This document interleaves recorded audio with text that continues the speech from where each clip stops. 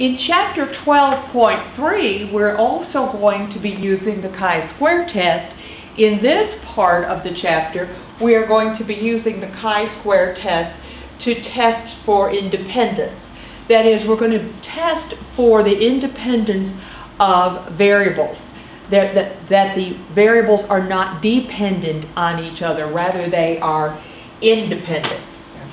Now, we're going to use the contingency tables again. R is going to be the number of rows, and C is going to be the number of columns. So that's the same as what we had in chapter 12.1. The null hypothesis and the alternative hypothesis, however, are different than what we had in chapter 12.1 in the last section.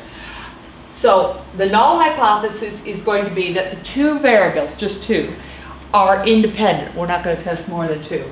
And then the alternative hypothesis is that the two variables are dependent, or there is some sort of relationship between the two.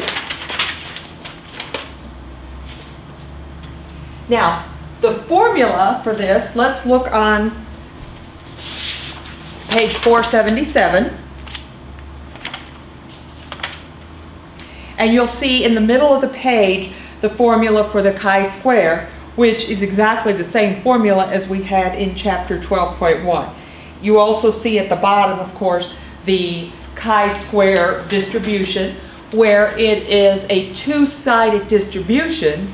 It's right skewed. It's a one-sided test again.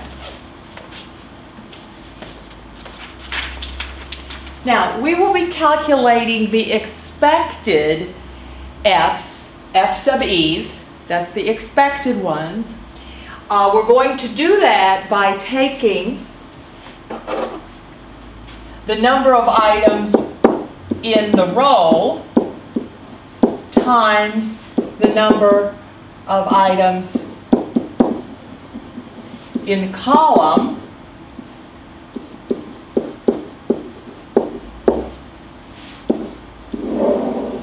and divide by n.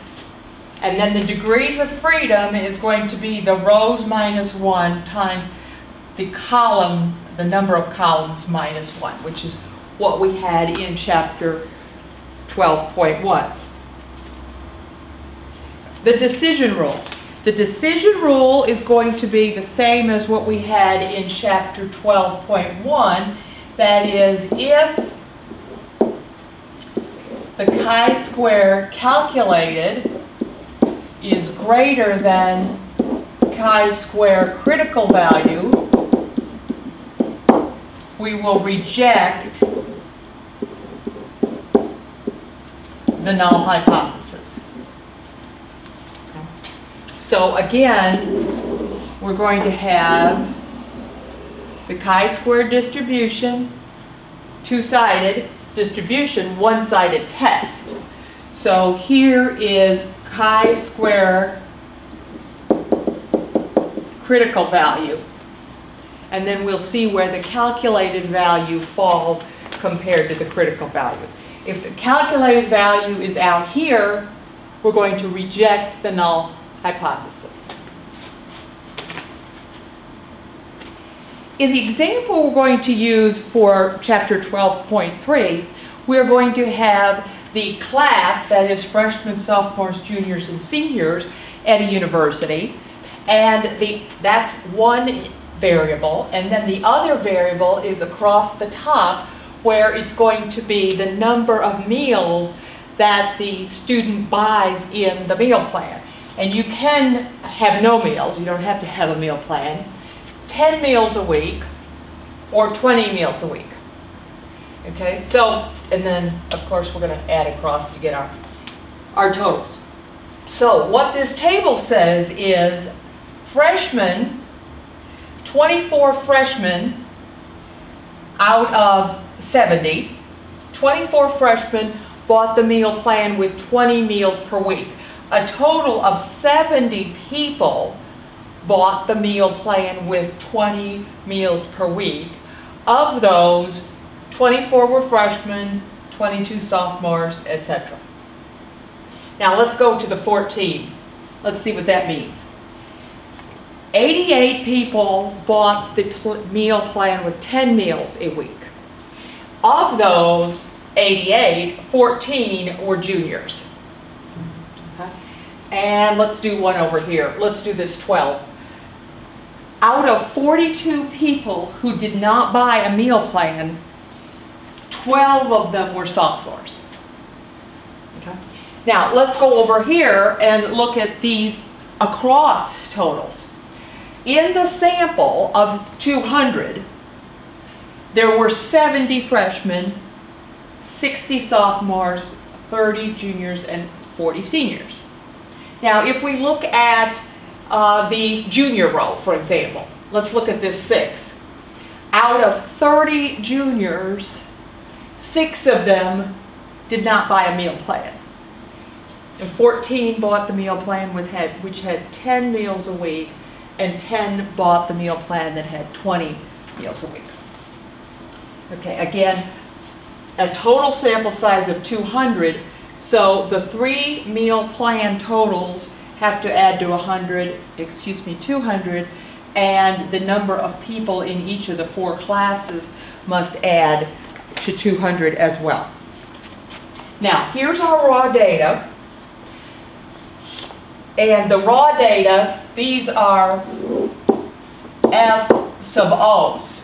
Those are the observed. Everything in this table is observed. Now, in this slide, we're going to talk about F sub E, which is the expected number in each cell.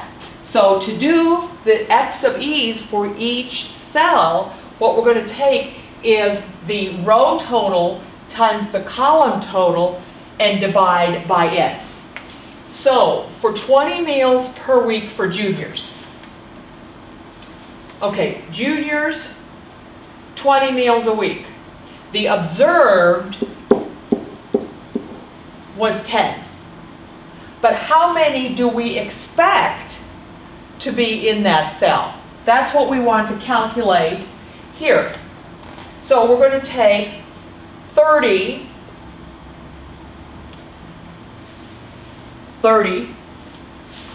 that's the row total, 30 times 70, 70 is the column total. So 30, the row total, times 70, the column total.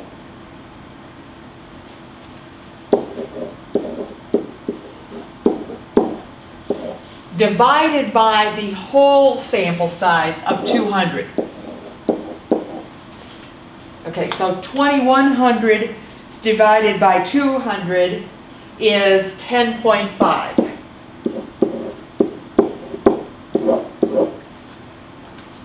Okay, now let's go back here.